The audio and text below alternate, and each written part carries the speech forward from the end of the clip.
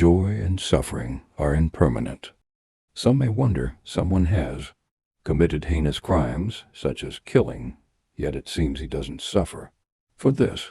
Instead, his business thrives, and his life appears very happy.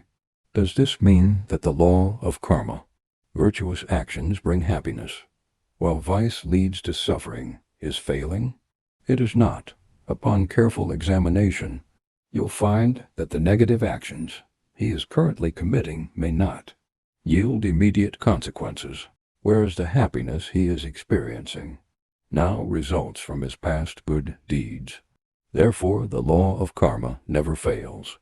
If a person accumulates wealth through wrongdoing, although he may enjoy temporary happiness, he will ultimately face endless suffering. In contrast, if a person endures hardships for the sake of practicing the Dharma, this difficult period is also temporary and will surely lead to a brighter future. Therefore, in our spiritual journey, we should not be discouraged by difficulties and obstacles,